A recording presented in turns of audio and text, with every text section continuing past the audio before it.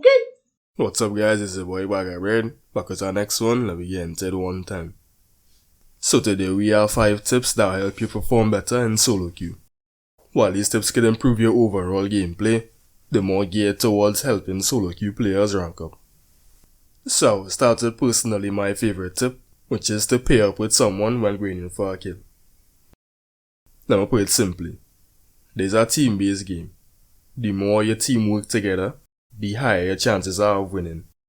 I know a lot of players would rather get a kill for themselves to make their KD look pretty, but at the end of the day that's just a flex. Not only that, that means in the face of an ambush, you'll be all on your own.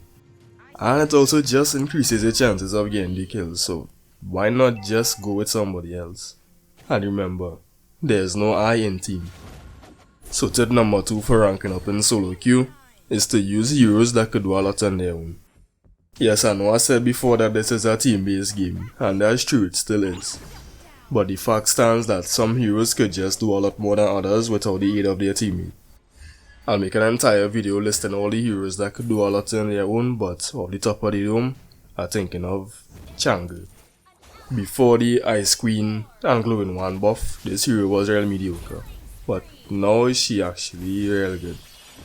She could initiate fights, clear lanes fast, defend very well, even aim for the backline at a safe distance. The front line, she could just do it all, so you should start to use Chang'e today. Our next one that comes to mind right now is Vexana. Honestly, just dropping a knight on the backline is more than enough in a team fight, and she has a skill 1 if you don't auto aim it to get out of sticky situations and kite.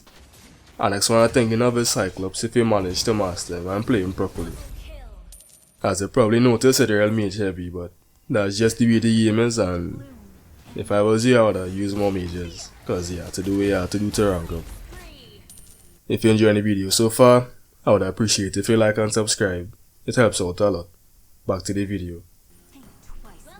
So tip number 3, I feel like I'll say this every video, but clear the lanes more than anything. I'll also say this again. Map control wins games. Or you win the games by killing the minions, and that way you will ensure that your minions are as close to the enemy base as possible. What that does is give you and your team more room to move around the map freely without worrying about ambushes, because they're eliminating places the enemies could be. So if all your minions constantly by the enemy's inhibitor towers, then you know for sure that they're probably in their base. So you could, the sky is the limit, you could continue pushing, you could farm, you could go and take the Lord, and that's ultimately what is winning games.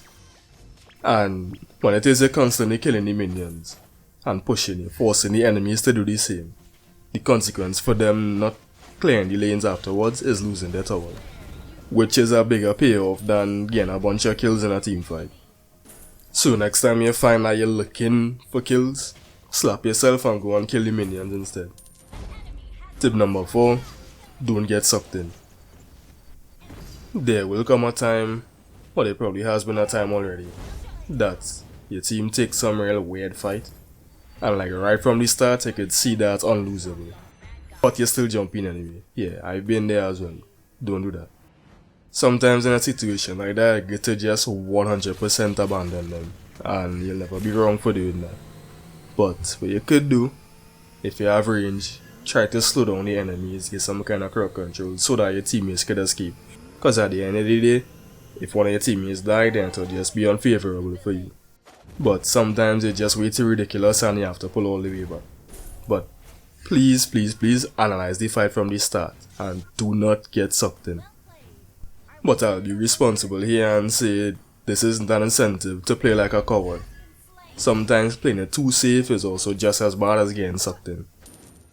The last tip I have for all here is to just stay alive. While it's not my favorite tip, is probably the best one here, and people as always say to save the best for last. If you die, that's just one less person to clear the minion wave or to assist in clearing the minion wave. And by now you probably notice that your biggest enemies is not the 5 heroes you're playing against, but it's in fact the minions. And well, you can't kill any minions if you're dead, right? You can't do anything if you're dead, other than type in the chat, but what good does that do? For the ultimatum here is to just stay alive. Play safe. If you see a bush and you get a vibes from it, don't take the chance, wait until your tank cross over it before moving ahead. If you feel like the assassin waiting for you to jump out but your tank forging ahead, then it's better to just pull back until you see the assassin. But anyway, that is the end of this video. I hope all you enjoyed the thing. Don't forget me with the like and subscribe. Bag of bread signing out.